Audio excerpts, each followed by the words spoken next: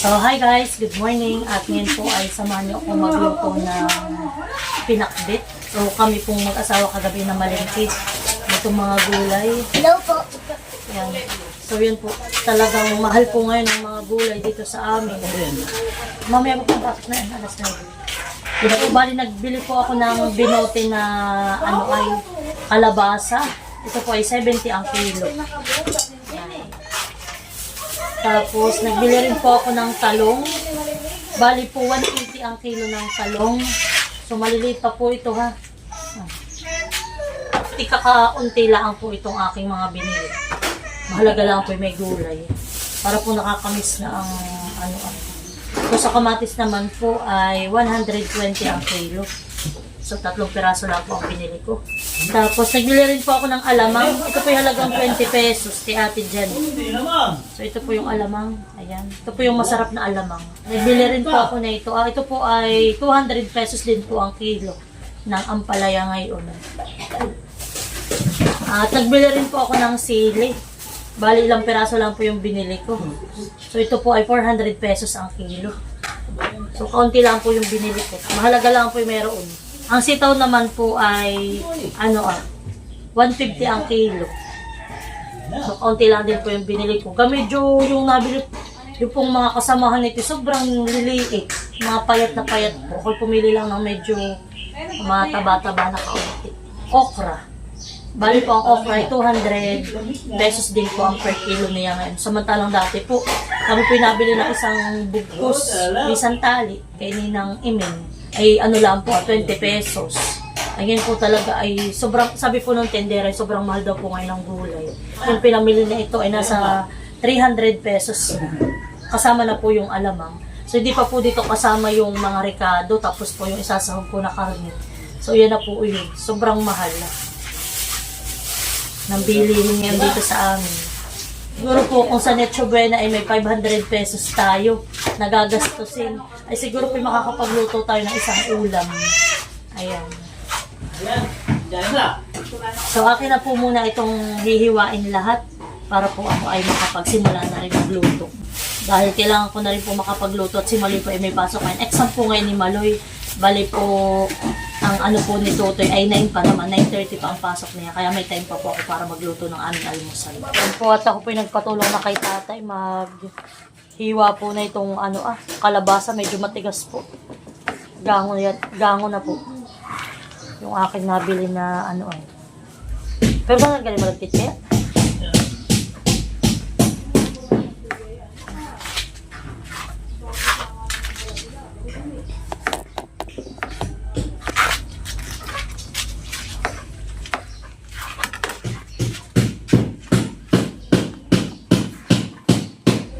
So, lahat naman po nitong gulay akin ang nahugasan.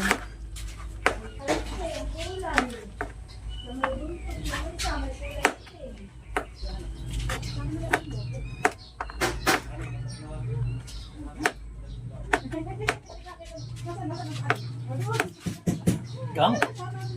Ito natin dito rin.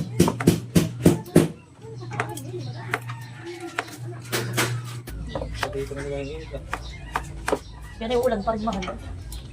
Ayan po, kala ko ni maliinit. Yan ay ipakita ang lang na mainit at laang. Buti na lang kahit mahal-mahal yung yung talong ay magaganda. Parang ganito mahal kalilito na kay kay nakabayan. Kaya doon din lang dinadala. May ginawa magaganda kahit lang medyo mahal ang pressure. Kung may bulok ay nakakatamad. Dami na lang yun, no?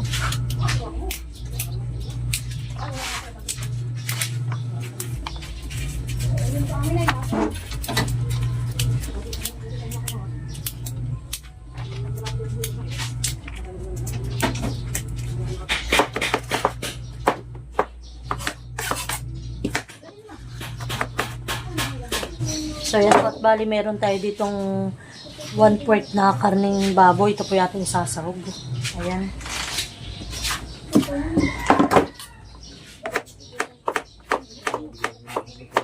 Madilim na naman. Oo, tatay. Matipis lang pa ako. Para madaling maluto.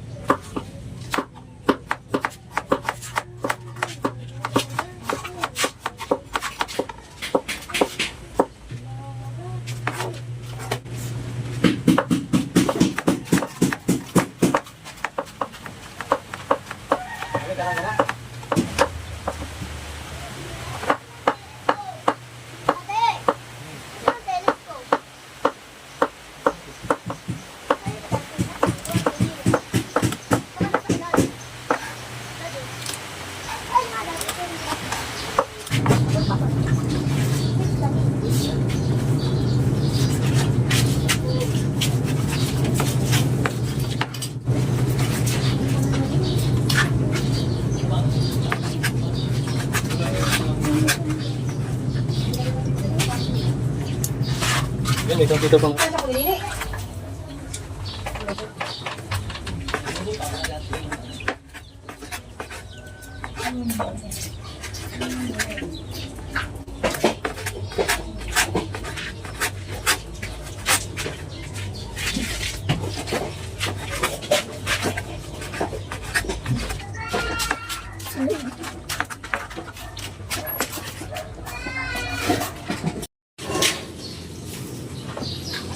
So yun na po at ako ay natapos na po kami maghiwa ng mga gulay at ricado pati po yung pansahog.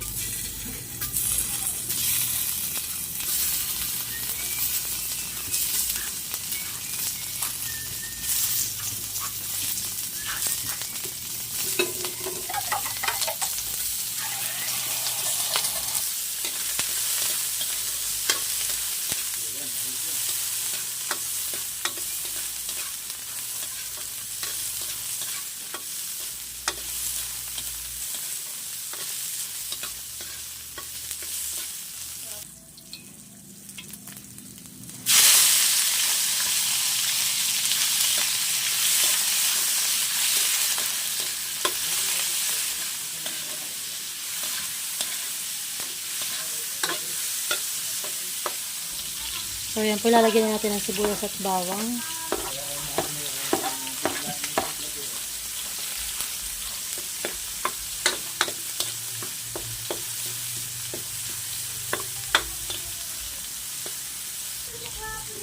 Yan, bibili na. Yan po at lalagay ko ng kamatis.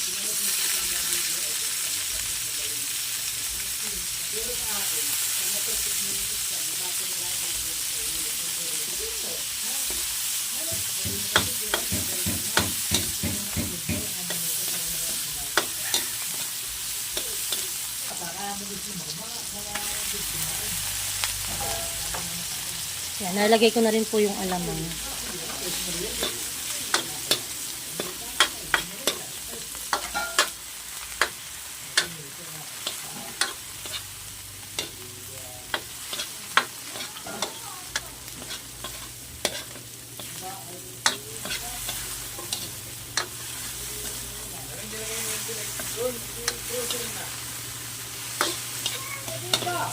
Parang ito pala ang po yung ulam na.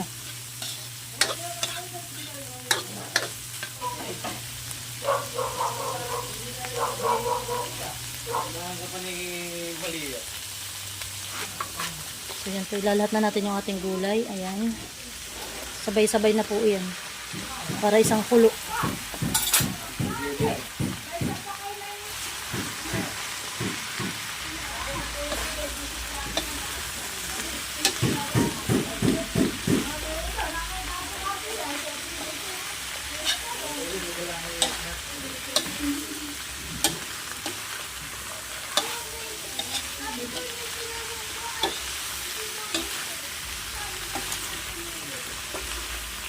Wala po natin ng kaunting tubig.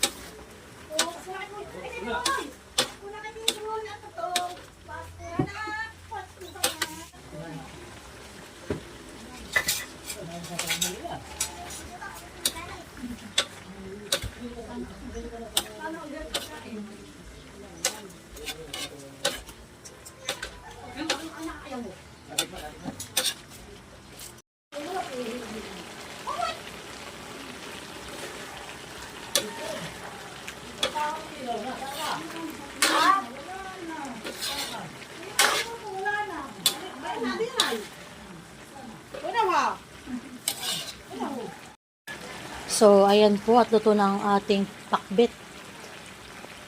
Ayan.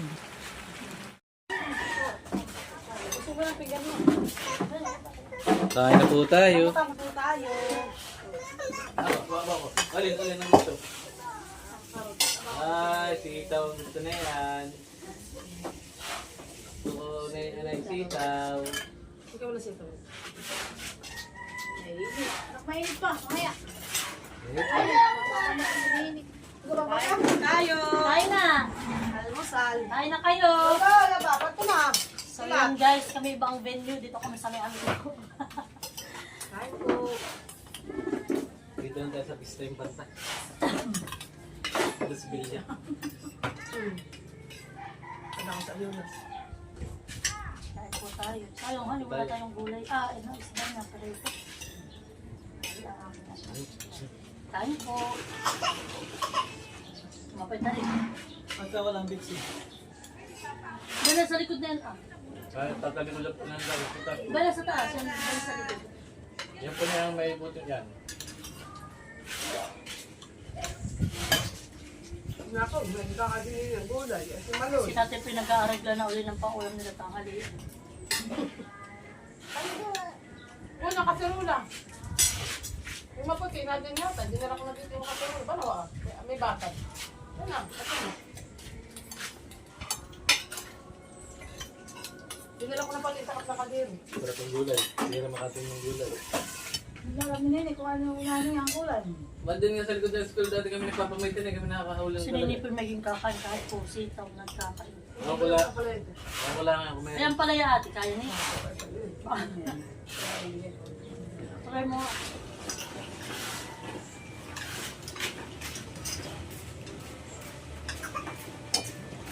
Hindi kumainit na.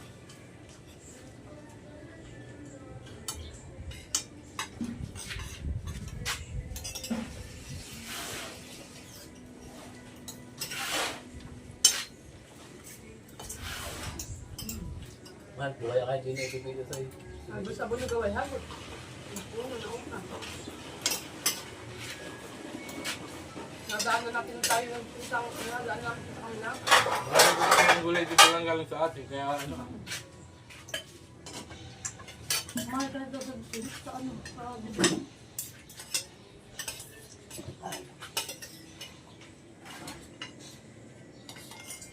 Wala pa sinaihan.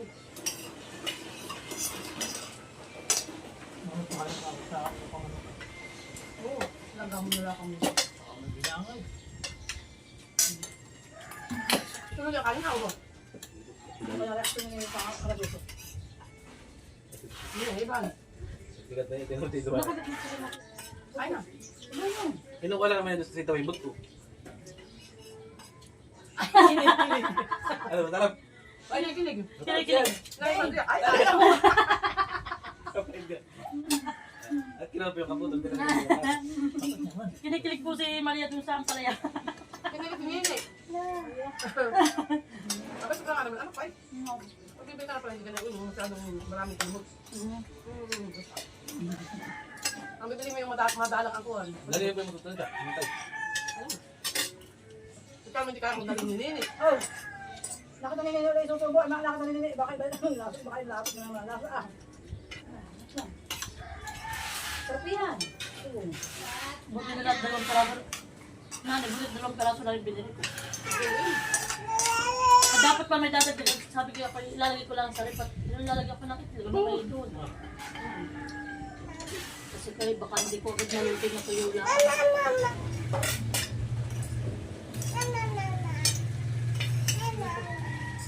Sinubulan sa akin. Buto.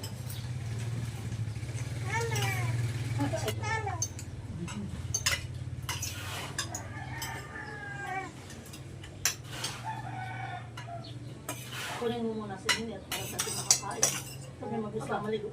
Para si Mali akong nililigo. Ano na hawakan? Ano na ito na?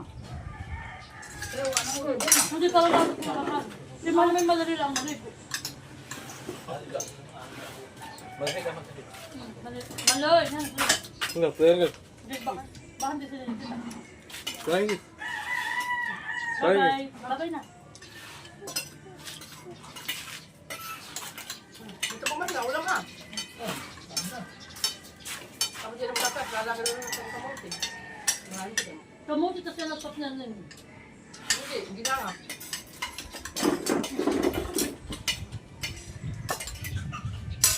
Kaya pa